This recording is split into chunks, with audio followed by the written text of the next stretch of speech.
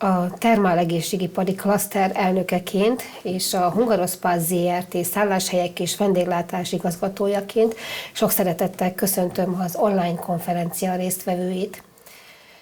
A Thermal egészségipari klaszterünk 2005 óta 18 alapító taggal működik. Ma már 48 tagvállalattal vagyunk jelen az egészségipar területén.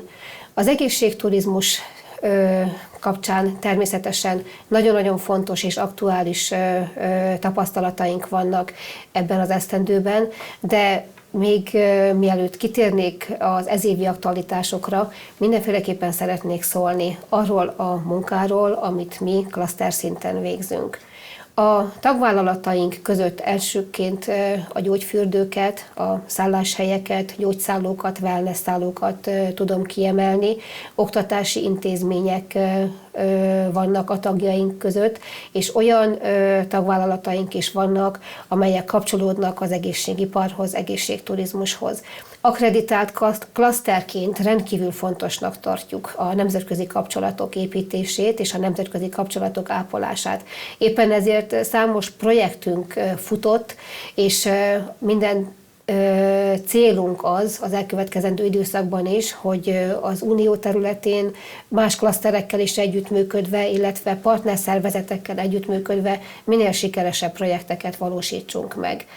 A Thermal egészségipari klaszter elsődleges célja, hogy érdekképviseleti szervezetként a hazai és nemzetközi turisztikai piacon minél inkább láthatóvá tegyük Kelet-Magyarországot, Kelet-Magyarország egészségturizmusát, és egy termálrégióként pozícionáljuk a térségünket.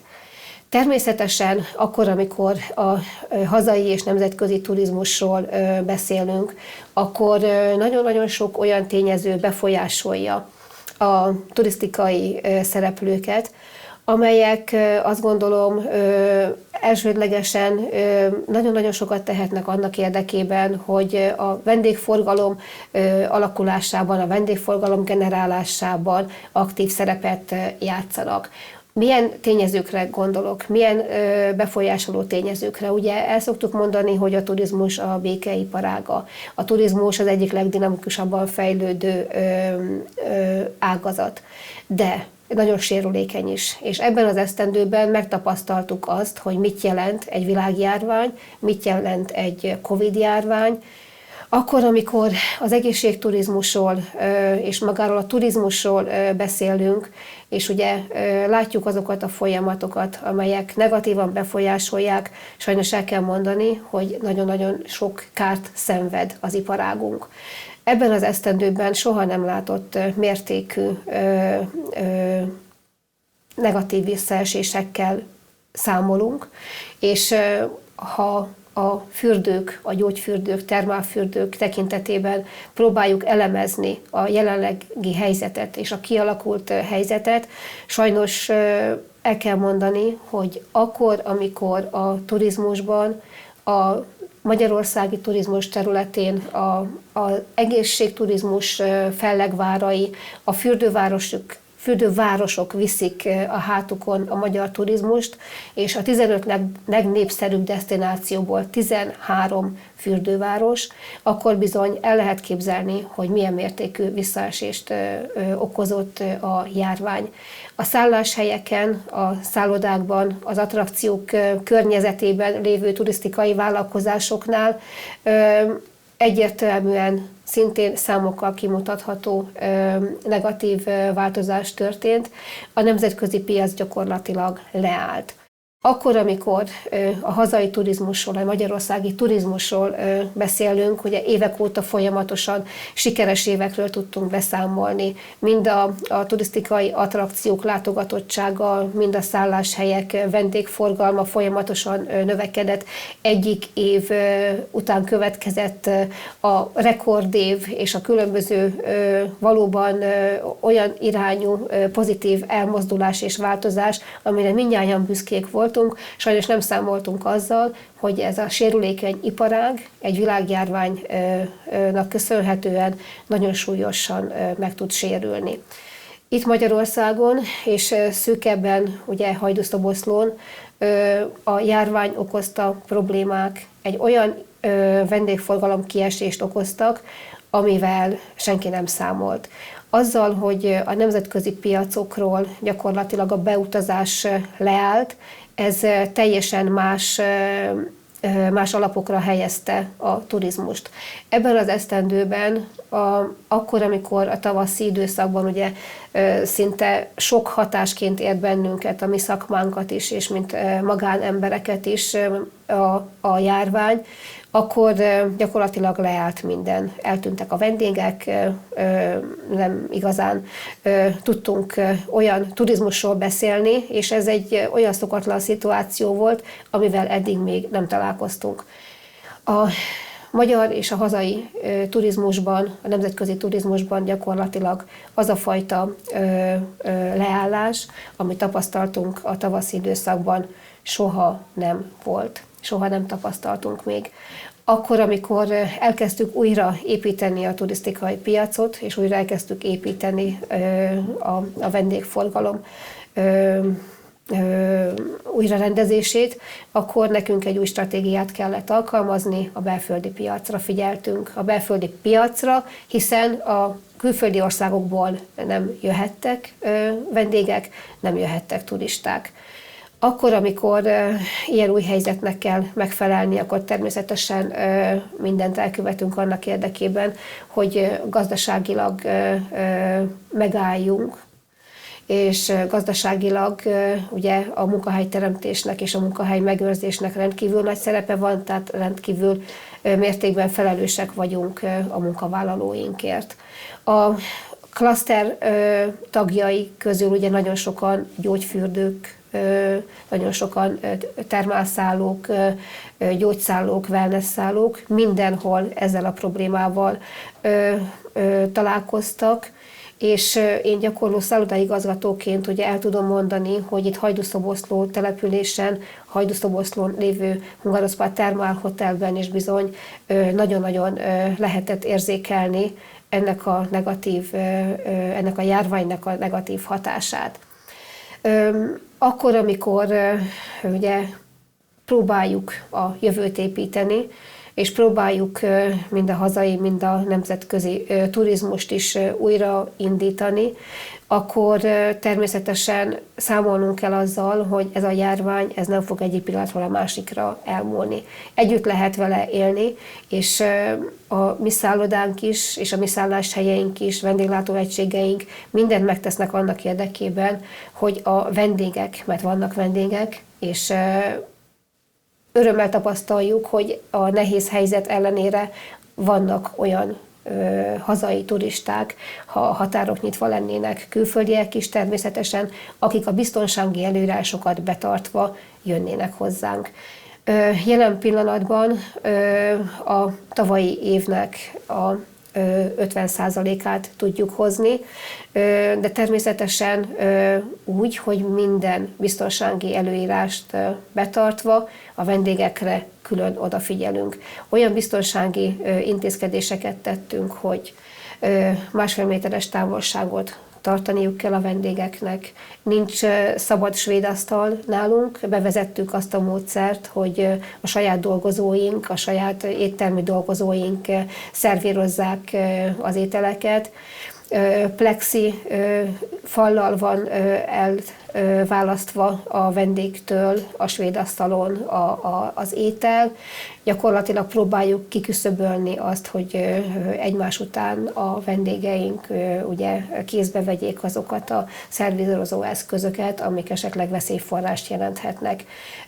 A takarításra külön odafigyelünk, a fertőtlenítésre külön odafigyelünk, tehát itt nagyon nagy hangsúlyt kap a tisztaság és a fertőtlenítés, az egyébként is ez minden szállodának alapból nagyon-nagyon meg kell felelni ugye ezeknek az elvárásoknak, most erre különösképpen figyelünk.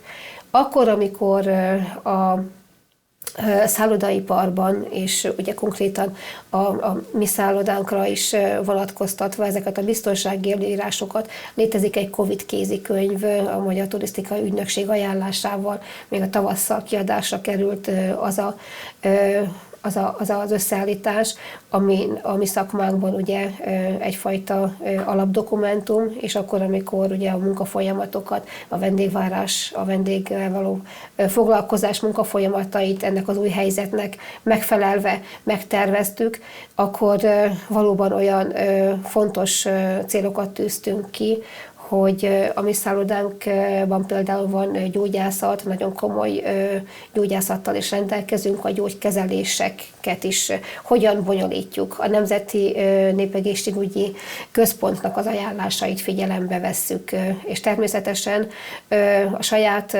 tapasztalásainkat is, és a vendégelvárásoknak is próbálunk megfelelni. Én azt gondolom, hogy ez a helyzet, ez a járványhelyzet, ez meg fog oldódni. Nem tudjuk, hogy mikor. Természetesen nagyon várjuk azt a pillanatot, amikor már egy sokkal felszabadultabb turizmusról lehet beszélni, újra megnyílnak a határok, újra járnak a repülőgépek, és végre azt az életet tudjuk élni, amihez korábban hozzá voltunk szokva.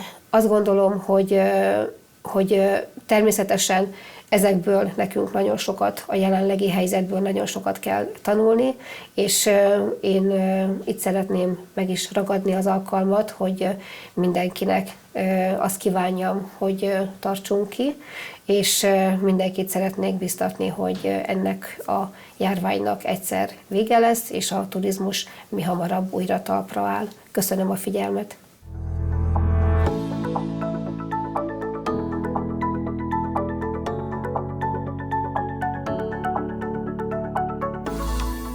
Jó napot kívánok! Barna Katalin vagyok, a Pénzügyminisztérium Gazdaságfejlesztési és Innovációs Programok irányító hatóságának képviseletében. A mai napon a GINOP intézkedésekről fogok beszélni néhány szóban, melyek a COVID-19 világjárvány gazdasági következményeinek enyhítése érdekében kerültek bevezetésre. Előjáróban szeretném felhívni a figyelmet arra, hogy a forgatással egy időpontban zajlik éppen a TCI Network nemzetközi konferenciája. Az egyik fő témakör az volt, hogy mi azok a legfontosabb dolgok, amit jelen pillanatban a klasztereknek köszönhetünk. Ennek tekintetében a résztvevők az alábbi válaszokat adták. Nagyon fontos az, hogy az üzleti modelleket újra gondoljuk, új lehetőségeket aknázzunk ki a klasztertagok számára. Szintén fontos a kollektív intelligenciának az összegyűjtése, amik a szakpolitikai döntésekbe is beépíthetőek lesznek. Valamint az innovatív kezdeményezések gyors, egyik napról a másik napra történő megvalósítása és a klasztereknek a feladata. Ezentúl a válság kezelésére vonatkozóan szakmai támogatás nyújtása az, amit fontosnak találnak a résztvevők. A másik kérdés arra vonatkozott, hogy mi az, amiben a klasztereknek fejlődnie kell még. Elsődlegesen azt emelték ki, hogy a segítő szerepen túllépve az ökoszisztémában erős vezetői szerepet kell betölteniük. Ezen kívül a digitális és a zöld lehetőségek megragadása és az ő felelősségük. Szintén nagyon fontos a stakeholderek integrálása az ökoszisztémába, annak érdekében, hogy mindenki rendelkezésre álljon egy szükséghelyzetben. A klaszter fogalmának újra definiálása is fontos lehet, annak érdekében, hogy az új igényeket az elsők között tudják kiszolgálni. Ezek mellett nemzetközi kitekintés keretében szeretném bemutatni pár szóban, hogy az EU egyéb tagállamai milyen intézkedéseket vezettek be a világjárvány kezelése érdekében. Szinte minden tagállamban megtalálhatóak az úgynevezett Kurzarbeit típusú intézkedések, melyek a rövidített munkaidő támogatását szolgálják bérkiegészítéssel. Ezen kívül a másik fontos, szinte mindenhol megjelenő konstrukció a forgótőkére és forgóeszközökre nyújtott hitelek. Ezek a hitelek a vállalkozások időszakos likviditási problémáit kezelhetik. Ezek mellett szintén fontos a COVID elleni védekezésben résztvevő kiemelt ágazatoknak a dedikált támogatása, illetve a kutatásfejlesztés és innováció, valamint a stratégiai átalakulás támogatása a kapcsolódó ágazatokban. És mi történik eközben Magyarországon?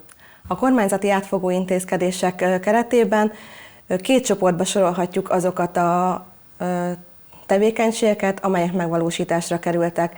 Egyrészt a munkával kapcsolatos intézkedések, másrészt pedig a vállalkozásoknak és háztartásoknak nyújtott finanszírozási források. Ezek közül a GINOP a munkahelyek megőrzése, a munkahelyteremtés és az egyéb hitelprogramok területén hangsúlyos. A GINOP keretében megjelenésre kerülő új felhívások mellett a folyamatban lévő projektek megvalósítását érintő intézkedések is kivitelezésre kerültek. A GINOP 1.3.2.15 professzionális klaszterszervezetek minőségi szolgáltatás nyújtásának támogatása projekteket érintő enyhítéseket két kategóriára csoportosíthatjuk. Egyrészt a vonatkozó 272/2014-es kormányrendelet kiegészítéseként a veszélyhelyzettel kapcsolatosan megjelent 98/2020-as kormányrendelet, a folyamatban lévő projektekkel kapcsolatosan a befejezési határidőt, ehhez kapcsolódóan a záróelszámolás beadását 3 hónappal automatikusan meghosszabbította. Az elmaradt rendezvények kapcsán azon költségek elszámolhatóak, melyek visszatérítésére már nincs lehetőség. Ezen kívül az előleként lehívható támogatás és növelésre került a COVID által érintett ágazatokban. A kormányrendelet által előírtakon túl a GINOP irányítóhatósága rugalmasan áll hozzá minden kialakult élethelyzethez.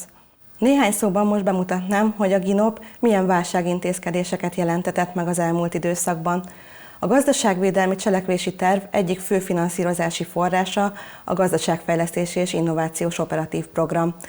Ennek keretében egyrészt munkahelyvédelmi, másrészt munkahelyteremtési, valamint technológiai fejlesztési, munkahely megtartási, valamint képzési felhívások jelentek meg.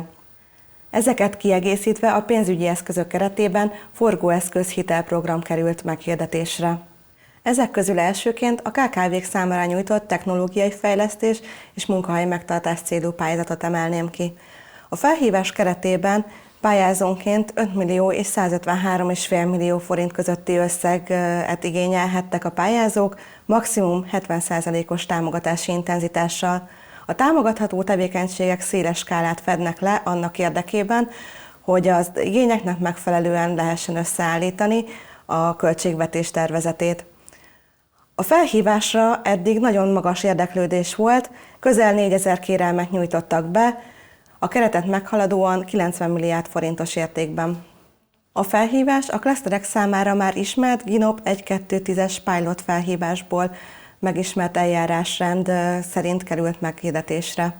Ennek lényege, hogy a megvalósítási időszak kezdetekor a pályázó a visszatérítendő támogatás keretében a 100%-os előleget igényelhet.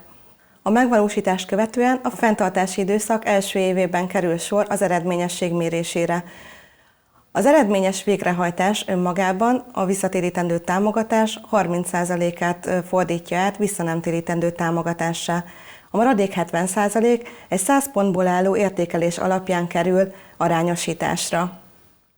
A pénzügyi eszközök tekintetében a COVID-19 okozta válság kezelése érdekében a GINOP 835 önálló hitelprogram átdolgozásra került.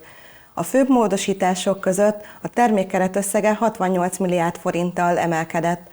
A beruházási célok támogatása mellett megjelent a likvid működés zavartalan biztosításához szükséges készletbeszerzések, illetve működési költségeknek a támogatása. A hitel folyósítása átmeneti támogatási jogcím alkalmazása mellett valósul meg. A kölcsön összege igénylőként 1 és 300 millió forint között terjedhet. A saját forrás mértéke 0%. A futamidő 60 hónapra megemelésre került. Az elvárt fedezettség mértékére vonatkozóan a veszélyhelyzetre tekintettel jelentős könnyítéseket alkalmaztunk. A GINOP 6-os prioritásának keretében meghirdetésre került a struktúraváltó képzéseket támogató program. Célja a gazdaságvédelmi akcióterv keretében a veszélyhelyzet munkaerőpiacot érintő hátrányos következményeinek elhárítása céljából a munkavállalók és az álláskeresők számára a munkaerőpiacon keresett informatikai kompetenciák megszerzésének biztosítása a karrierváltás előkészítésére. A felhívás keretében Java programozó, webfejlesztő, tesztelő és üzemeltető képzéseket lehet megszerezni. Online alapozó képzésre a felhívás keretében május közepéig több mint 60 000-en jelentkeztek. Az ingyenes képzések 2020 május és július között lezajlottak. Ezek azonban nem GINOP finanszírozásúak. A vizsgákra 2020 július végén és augusztus elején került sor, melyen több mint 8000-en sikeresen végeztek. Az erre épülő GINOP által támogatott alapszintű képzések tervezett indítása 2020 novemberében várható. A nemzetközi példákhoz hasonlóan Magyarországon is meghirdetésre került az úgynevezett Kurzarbeit bértámogatás. Ennek keretében több mint 16 000 kedvezményezettel kötöttünk szerződést, közel 200 000 munkavállaló vonatkozásában. A megítélt támogatás meghaladja a 32 milliárd forintot.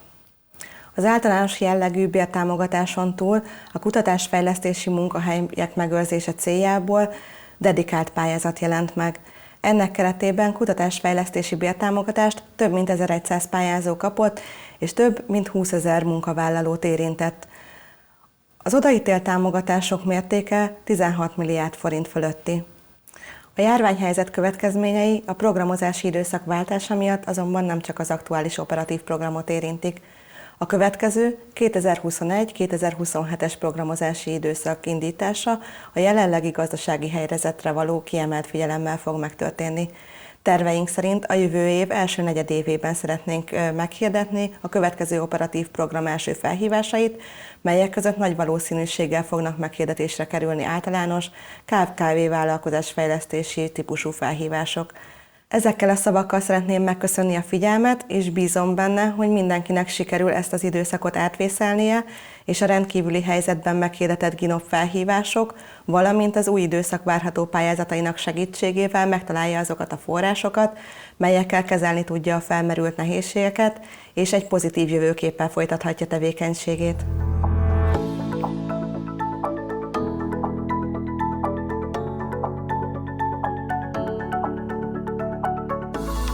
Szaploncai Orsolya vagyok, az Innoskar digitális klaszter menedzsere. A Thermal egészségipari klaszter felkérésére veszek részt ezen az előadáson. Ezúton is köszönöm szépen, hogy hozzám fordultak a klaszter képviselői, hogy meghallgassák a véleményemet, illetve tapasztalatomat arról az időszakról, amin bizony éveleje óta az egész világ keresztül megy, ez pedig a COVID-19 pandémiás helyzet nyomán kialakult valóság. Az Innoskar digitális klaszternek is természetesen alkalmazkodnia kellett ehhez a helyzethez, ami helyenként nagyon nem volt könnyű, és máshol viszont olyan újdonságokat hozott, amely tapasztalatokat nem szereztünk volna meg enélkül a helyzet nélkül, és új utakat nyitott meg mind a klasztermenedzsment, mind a klaszter tagjaink számára. Először is, mint mindenkinek, nagyon rövid határidővel kellett karanténba vonulnia az egész klasztermenedzsment szervnek, illetve az összes klasztertagunknál, ahol csak lehetett, szintén karanténban, illetve home office-ban dolgoztak a kollégák. Ez a klasztermenedzsmentnél, nálunk, a cégnél, ahol öten vagyunk kollégák, igazából összességében megerősítette a csapatot, nagyon jól bebizonyosodott, hogy képesek vagyunk különböző helyszíneken koordináltan és a munkára koncentráltan dolgozni. Nem mondom, hogy nem voltak ebben nehézségek, de azokon felülkerekedve, azokat átbeszélve, megoldva, megerősödve jöttünk ki belőle szerintem. Nyilván a munkánk során is számtalan változás jelentkezett, amire reagálnunk kellett. Az élet nálunk is az online világba tevődött át, ami hozott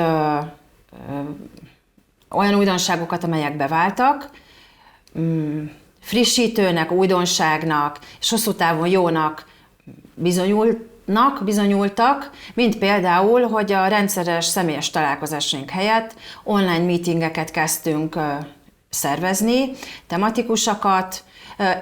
A helyzet gyakorlatilag csak egy lökést adott ezeknek a tevékenységeknek a megvalósításába, mert ezt régóta terveztük, amikor már nem volt választás, akkor erre tértünk át. Azt gondoltuk, hogy hosszú távon ez lesz az újszerű és trendi és friss irány, azonban körülbelül egy fél év után kiderült, hogy hát jó az online-ban találkozni, meg biztonságos is, amit ugye ez az aktuális helyzet elvárt, de személyes találkozások nélkül, időről időre visszatérő személyes találkozások nélkül bizony nem lehet kapcsolatokat építeni, ami egy klaszterban az elsődleges feladat és elsőrangú fontosságú.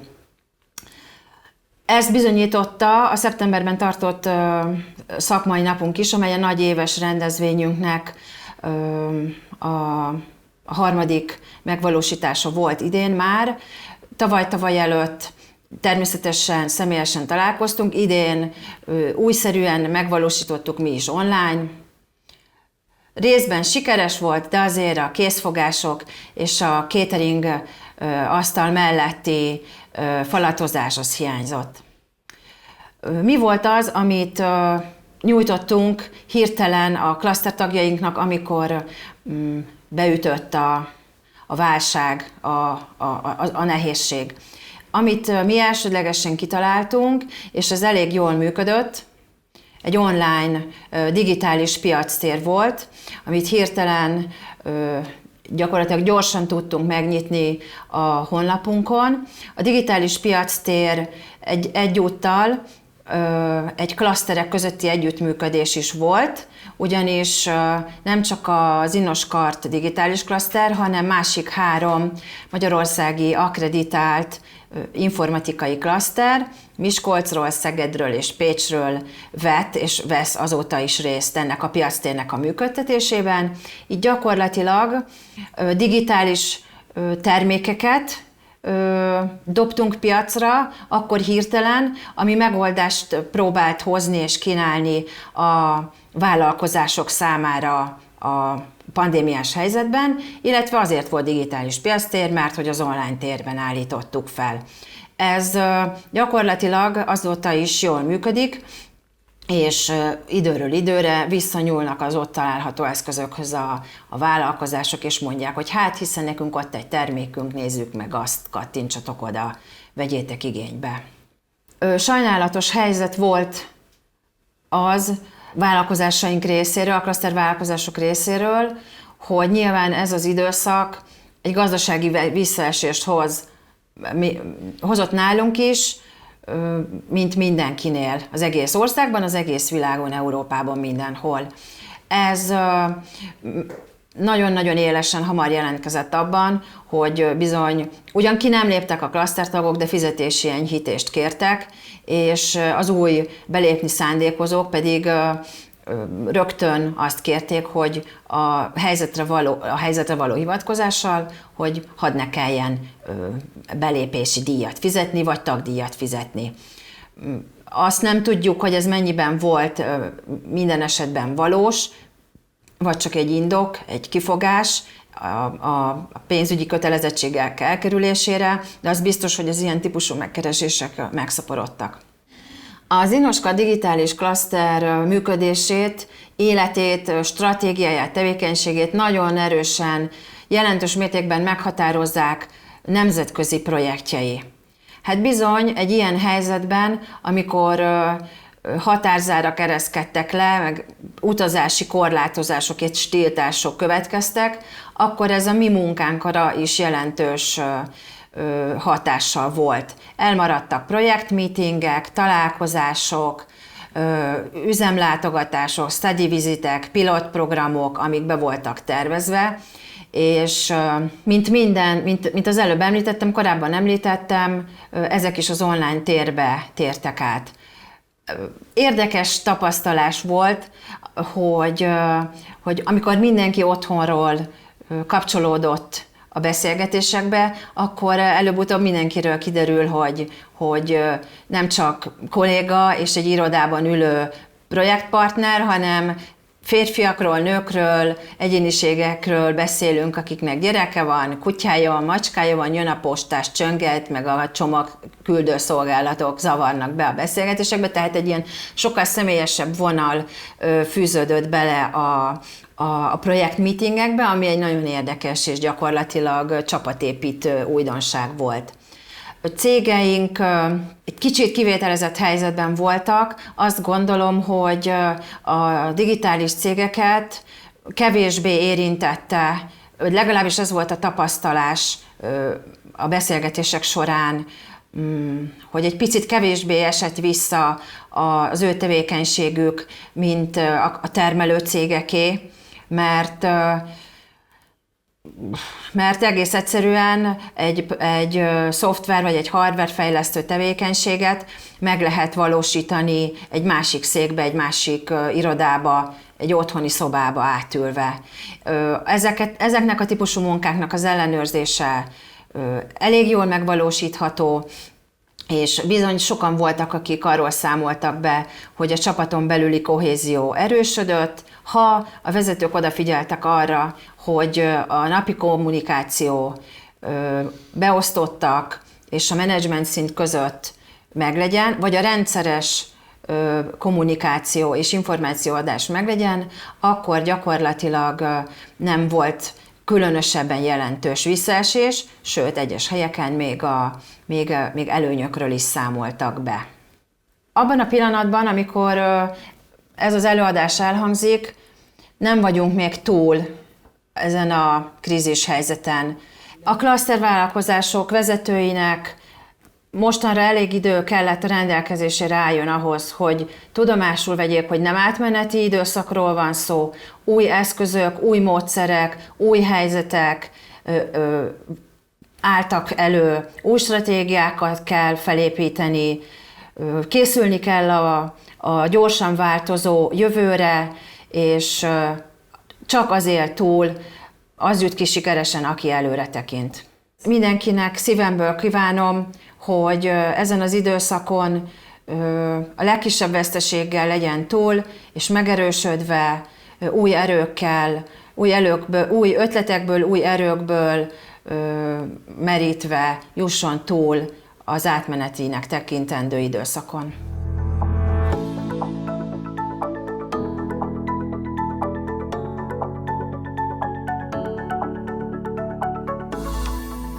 Szerdés Zsuzsanna vagyok, a Debreceni Hotel Lícium szállodaigazgatója, a Thermál egészségipari klaszter tagja, valamint a Magyar Szállodák és Éttermek Szövetségének, az ügyvezetésének és választmányának is tagja. Ezáltal nem csak a saját szállodám révén látok rá a szállodai működésekre, hanem a Magyar Szállodák és Éttermek Szövetsége révén számos más magyar szálloda, más régióbeli szálloda működésére is rálátok. Egy kicsit kalauzolom önöket abban, hogy ez a 2020-as év mit hozott a szállodák életében. A 2020-as év sajnos negatív értelemben egy különös évnek számít, különösen azok után, hogy 2019 nagyon jó év volt a turizmusban, még a 2020-as év első 2 hónapja is gyönyörű számokat mutatott, és márciusban valahogy ez teljes egészében vége szakadt.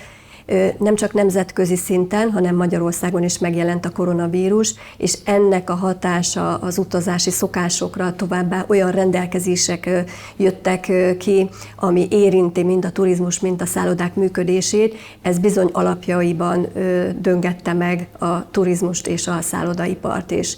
Mi is volt az első dátum? Március 11-én hozott a kormány egy olyan intézkedést, mely szerint rendezvények tartása tilos. Ennek következtében számos szállodában, így a mi szállodánkban is gyakorlatilag lenullázódott a rendezvények rendelésállománya. Majd március 16-tól karantént hirdetett a kormány, illetve szükséghelyzetet hirdetett ki, ami pedig azt eredményezte, hogy az emberek csak szigorúan indokolt esetben hagyhatták el lakóhelyüket, ilyen formán szállodákat vagy turisztikai szolgáltatásokat sem tudtak igénybe venni.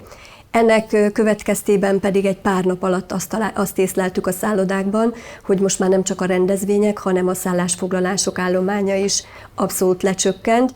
Gyakorlatilag 1-2-3 szobányi foglaltság volt a szállodákban, így bár nem volt olyan intézkedés, amely tiltotta volna a szállodák működését, de különböző gazdaságossági számítások alapján a szállodák rövid időn belül arra jutottak, hogy van egy bizonyos pont, ami fölött nem érdemes üzemelni, és így számos szálloda az országban átmeneti üzemszünetre kényszerült. Ezt hangsúlyoztuk, ezt az átmeneti üzemszünetet, hiszen nem egy végleges bezárásról volt szó, inkább csak a tevékenység felfüggesztéséről. Ahogy mondtam, a rendelésállomány lecsökkenése olyan bevétel minimalizálást eredményezett, amely mellett számos költséget viszont fedezni kellett, így a szállodák gyors matematika után meghozták ezeket a súlyos döntéseket. Ez nem volt egy könnyű döntés, a szállodák életében mi is ezt éltük át, hiszen gyakorlatilag mi folyamatosan 0-tól 24 óráig üzemelünk az év 365 napján, tehát semmi ilyen üzemszünethez nem vagyunk hozzászokva, nem is vagyunk berendezkedve. A legnagyobb költségtényezőt azt az alvállalkozói költségek jelentették, így a legtöbb szálloda rögtön meghozta azokat az intézkedéseket, hogy ezeket az alvállalkozói szerződéseket felmondta, és saját erőből végezte el. Ilyen lehetett például a biztonsági szolgálat, vagy a takarítások kiszervezése, mert bizony a saját munkaerő és egy foglalkoztatása is egy fő kérdés volt. Ugye a szállodaipar egy kifejezetten munkaerőigényes ágazat, ezért a fő kérdést azt jelentette, hogy mi tévők legyünk a munkaerővel. Valamennyi szálloda arra törekedett, hogy a munkaerő nagy részét megtartsa, és az átmeneti üzemszünet ideje alatt is fizetésüket nagy részét biztosítsa.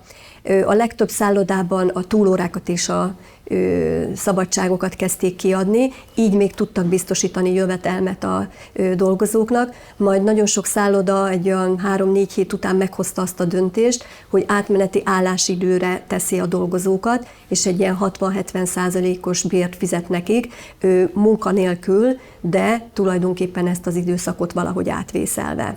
Ez valamennyi szálloda intézkedésében megjelent. Időközben a kormány is igyekezett segítséget nyújtani, azonnal kihirdette, hogy 3 hónapra a turizmusban dolgozók járulékmentességet élvezhetnek, tehát nem kell fizetni a fizetés után a járulékot.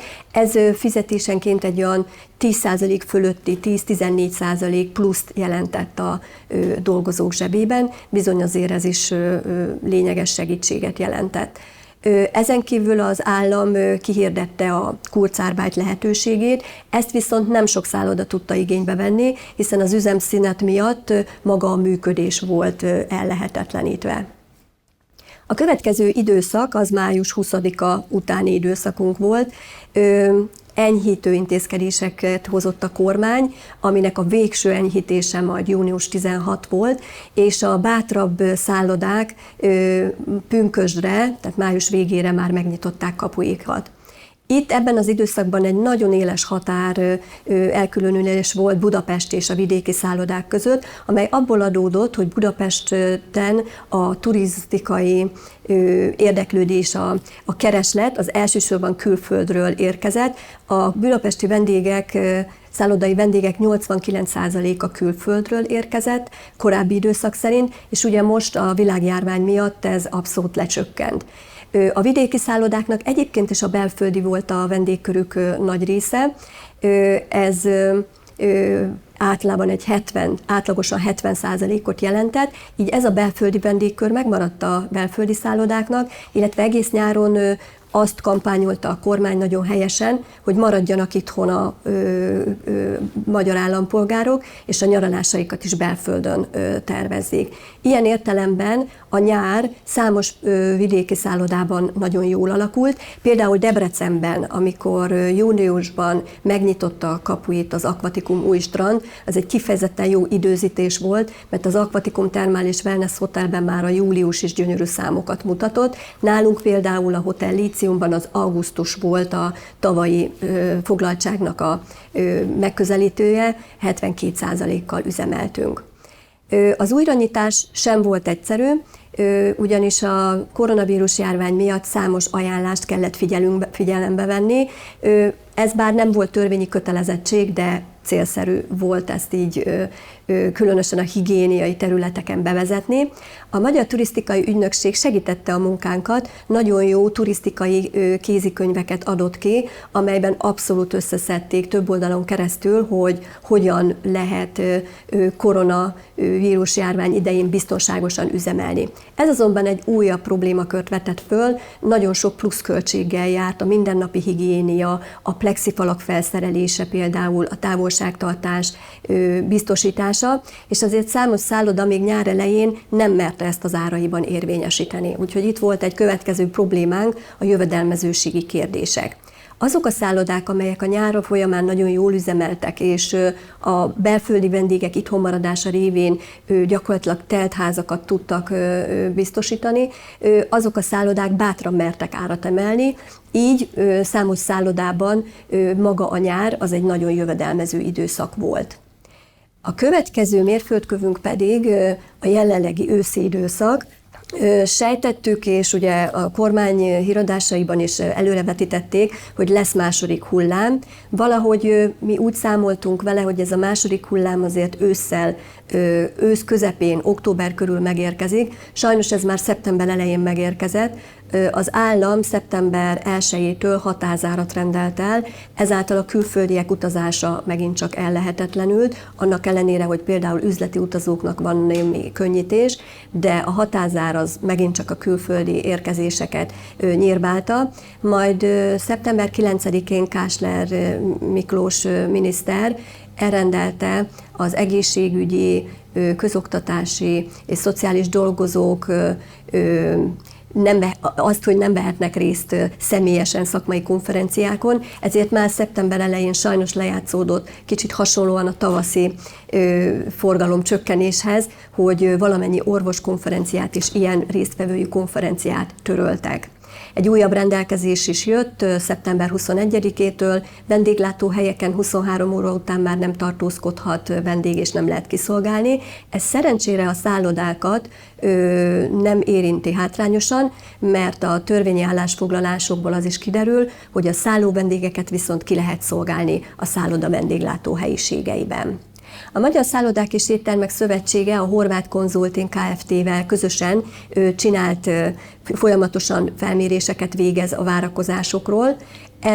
Ezekben tükröződik, hogy a legtöbb szálloda, felmérés szerint 79%-a a szállodáknak üzemelési költségek visszaszorításával igyekezett ezeket a válsághelyzeteket kezelni.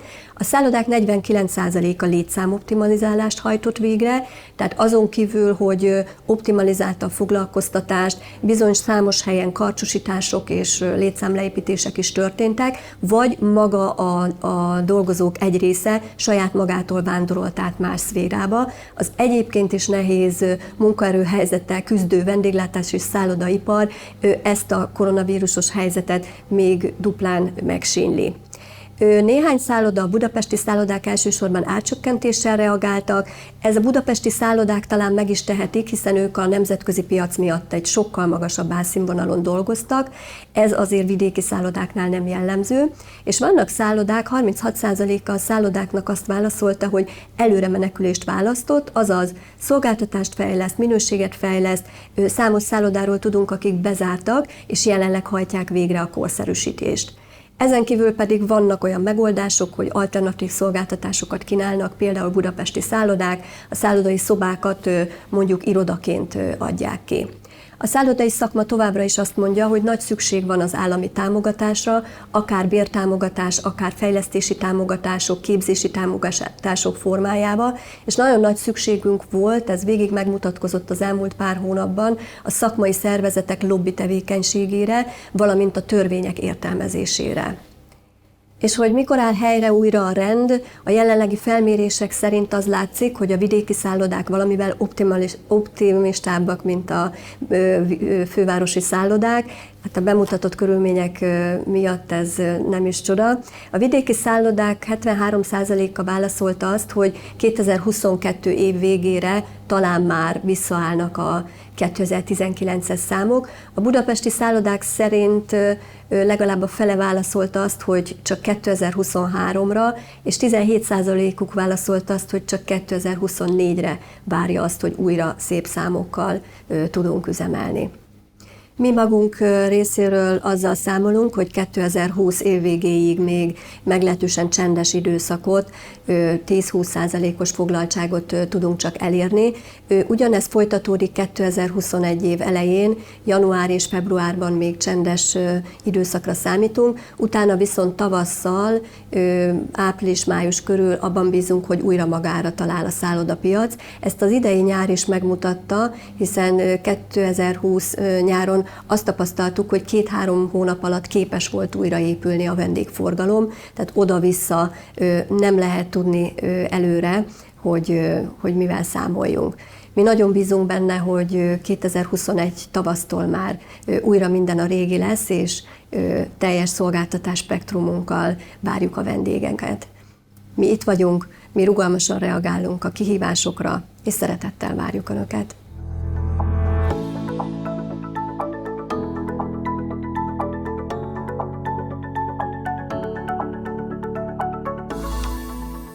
Üdvözlök mindenkit, Kovács Dániel vagyok, a Debreceni Gyógyfürdő Kft. Marketing igazgatója. A mi üzemeltetésünkben áll az Aquaticum Debrecen Hotel, illetve az Aquaticum fürdőegységei, emellett pedig a Debreceni Hotel Lícium is. Így az elmúlt néhány hónap kihívásos műveleteiről elég széles körű rálátással rendelkezünk, mind a konferenciaturizmus üzleti szállodavonalon, mind pedig a szabadidős turizmus vonalán. Én inkább az utóbbiról szeretnék a következő néhány percben beszélni. A 2020-as év mindenképpen egy érdekes és izgalmas évnek indult a mi életünkben, ugyanis 2020 nyarára volt tervezve a debreceni új strand megnyitása. Ez már önmagában egy szép feladat, mind üzemeltetési, mind pedig marketing kommunikációs oldalról. Utána a márciusi történéseket sajnos senkinek nem kell bemutatni, tehát ezt az egész évet vágtak ketté a koronavírus járvány kitörése. Ez mindenkinek egy olyan új helyzetet teremtett, amire egyrészt üzemeltetési oldalról nagyon fel kellett készülnünk, és hirtelen bele kellett vágnunk egy olyan helyzetbe, amiben még talán mondhatjuk azt, hogy senki nem volt korábban. Ez számos intézkedést tett kötelezővé, nem is csak szükségessé, illetve a marketing és kommunikációs oldalról pedig egy olyan helyzetet teremtett, amiben megjelent már a biztonságnak az igénye, tehát megszületett egy új fogalom, ha mondhatjuk így, a biztonság kommunikáció. Emellett pedig folyamatosan tájékoztatnunk kellett a vendégeinket arról, hogy mi várható a közeli jövőben. Lévén, hogy mi egy szabadidős komplexumot üzemeltetünk, ahol a fürdőegységeknek a forgalma és a fürdőegységek vendégei, illetve a hotelnek a forgalma nagyon erősen épül egymásra. Már márciusban azt tapasztaltuk, hogy amint a fürdők bezárásáról jöttek a hírek, akkor a hotelnek a vendégei is úgy döntöttek, hogy inkább nem keresnek fel bennünket, tehát már ennek a kezelése egy egészen új helyzetet hozott. Marketing kommunikációs szempontból legfontosabb feladatunk ekkor az volt, hogy tájékoztassuk a vendégeinket, és amint megjött a hír arról, hogy be kell zárnunk az egységeket, onnantól pedig megint csak egy új helyzettel és új feladatokkal találtuk magunkat szemben. A kijárási korlátozás bevezetésével olyan új feladataink születtek, amikre korábban nem is gondoltunk, hiszen sok csatornán keresztül végeztük mindig is a marketing kommunikációs tevékenységünket, viszont hirtelen szembe találtuk magunkat azzal a helyzettel, hogy egy kültéri, közterületi reklámmal vajon kinek próbálunk kommunikálni, hiszen senki nincs, akit azzal el tudnánk érni, illetve még ha el is érjük, akkor vajon mit szeretnénk mondani. Ebben a helyzetben elsődlegessé annak a továbbítása, annak az üzenetnek a továbbítása vált, hogy mikor tudnak újra jönni hozzánk a vendégek, illetve amikor tudnak hozzánk jönni, akkor milyen intézkedésekkel tudjuk biztosítani azt, hogy ők abszolút biztonságban érezhessék magukat. Ez egyértelműen az online térbe helyezte át a kommunikációt, emellett pedig azt is mutatták az adatok és a trendek, hogy pontosan az otthon maradó vendégek miatt, illetve hát a kényszerű bezártság miatt az internetezés, illetve az internetes tartalomfogyasztás az rendkívül felívelésnek indult. Így mi is az online térbe helyeztünk át minden kommunikációt. Egyébként az egyéb szerződések átütemezése és az minden egyéb csatornán történő kommunikáció leállítása mellett. Az online térben eddig és azóta is a legfontosabb mérőszámunk természetesen az, hogy hányan foglalják le a szállodai szobákat, illetve hány jegyet tudunk eladni a fürdőegységekbe. Ebben az esetben értelemszerűen ez már nem lehetett a legfontosabb mérőszámunk. Az analitika fókuszába az került, hogy hányan látogatják meg a honlapunkat, és ők vajon mire kíváncsiak, de ebben is mintegy 75-80%-os visszaesést tapasztalhattunk. Jellemzően az volt az érdeklődés fókuszában, hogy vajon mikor nyílhat meg újra a szálloda, mikor lehet újra látogatni a fürdőt. Ennek érdekében egyébként a hírlevelünket is, a korábban hírlevélre feliratkozó vendégeinkkel való kommunikációt természetesen nem hagytuk abba, illetve egy új hírlevelet indítottunk újranyitási értesítő címmel, amelyre nagyon rövid idő alatt közel 1000 feliratkozó érkezett. Ezzel is mutatva, hogy az emberek szeretnének utazni, és várják azt a pillanatot, amikor ismét lesz erre lehetőség. Néhány bátor foglaló is megjelent ezekben az időkben. A nyári időszakra már érkezett foglalás, bár az azért látható volt, hogy mindenképpen a lemondható, illetve módosítható foglalásokat részesítették előnyben. Amint a kijárási korlátozás véget ért, és újra elindulhatott az élet, és elindulhatott a turizmus, akkor elején egy nagyon óvatos, majd egy felgyorsuló visszatérését láttuk egyébként a turistáknak. Megjelent egy új vendégkör, hiszen a határátlépési korlátozás több-kevesebb módosítással, de gyakorlatilag azóta is fennáll.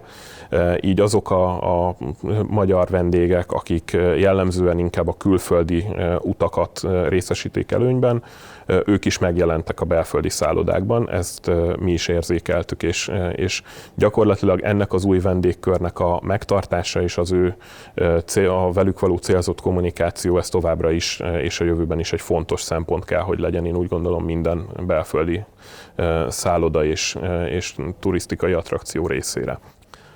A strandunk megnyitása számos szép feladatot hozott a kommunikáció terén. Rengeteg sajtótájékoztató, illetve videóforgatás és újságírói megkeresés érkezett arra, hogy a turisztikailag, attrakciós szempontból, de építészetileg is mondhatni egyedülálló strand területén tudjanak forgatni.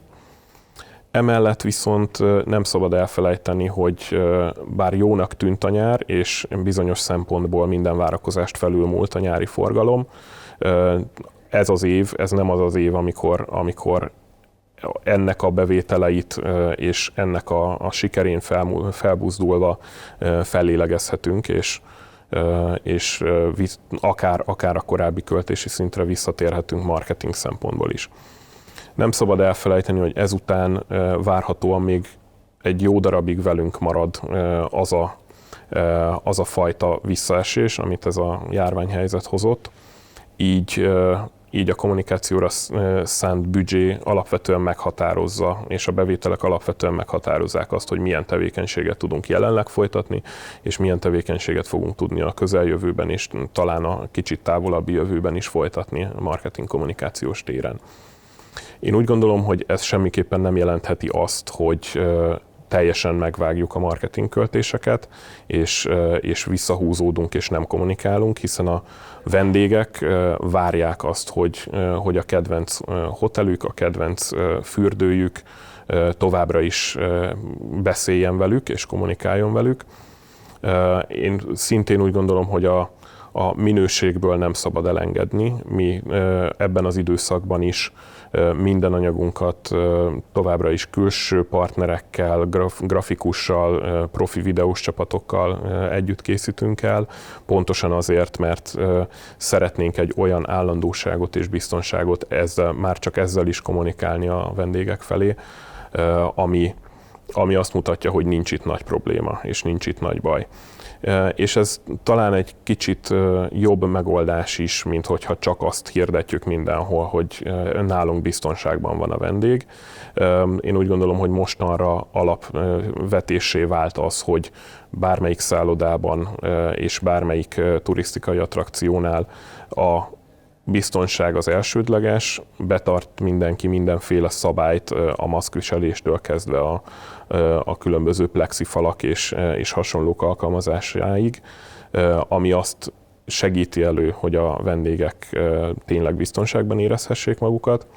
Viszont kommunikációs szempontból nem gondolom, hogy ezt nagyon direktben és nagyon sokszor kell kommunikálni. Ennél sokkal jobb megoldásnak látom azt, amit mi is alkalmazunk, hogy az attrakciókat azt mutatjuk be, hogy milyen lehetőségekkel és milyen extra szolgáltatásokkal várjuk a vendégeinket, és hogy minden működik. Bár teljesen másképp, mint ahogy megszoktuk, de továbbra is minden működik, ami már önmagában sugallja azt a fajta biztonságot, amit az utazók keresnek. Kétségtelenül látszik az utazási kedv visszaesése. Az idei év talán egyik legnagyobb kihívása a koronavírus helyzet miatt az, hogy a külföldi utazók gyakorlatilag eltűntek az országból. Ezt úgy gondolom, hogy a teljes turisztikai szakma érzi és érzékeli. Nálunk a korábbi tapasztalatok alapján legalább a vendégeink fele, de inkább a nagyobb része külföldi turistákból állt össze.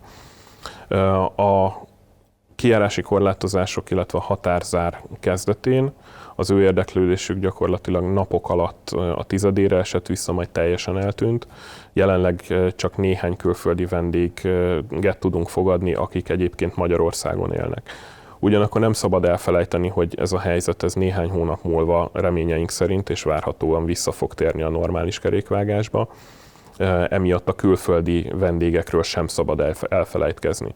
Nagyon fontos, hogy értelemszerűen jelenleg online csatornán, de mindenképpen folytatni kell a kommunikációt és a különböző reklámkampányok, médiakampányok előkészítését a külföldi turisták irányában, hiszen amint megnyílnak a határok, valószínűleg ugyanolyan kedvel fognak visszatérni, és ugyanolyan kedvel fognak felkeresni bennünket, mint ahogy a nyáron tették ezt a hazai utazók.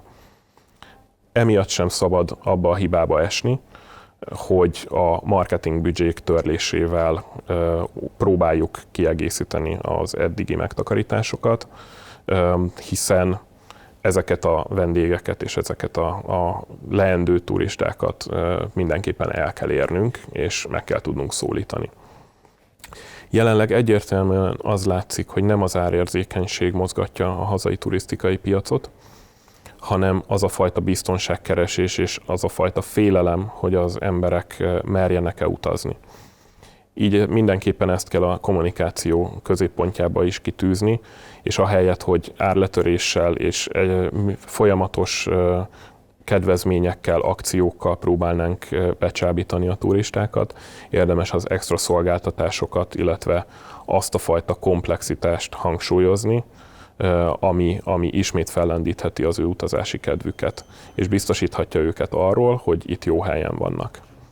Köszönöm szépen a figyelmet, és mindenkinek sikeres és mielőbbi újrakezdést kívánok. A film a GINOP 1.3.2/15/2016/00011 azonosító számú pályázat keretében valósult meg.